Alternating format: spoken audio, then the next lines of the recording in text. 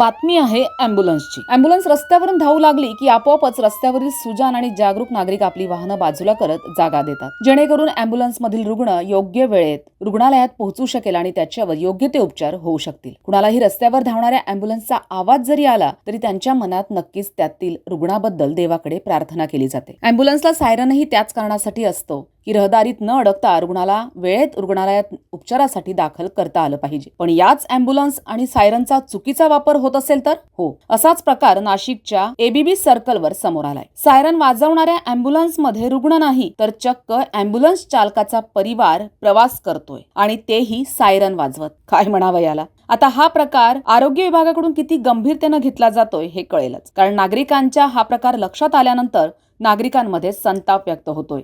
Ambulance चालकाच्या या कारभारामुळे आरोग्य विभागाचा गलथान कारभार पुन्हा एकदा समोर आलाय। संविधान न्यूज, नाशिक।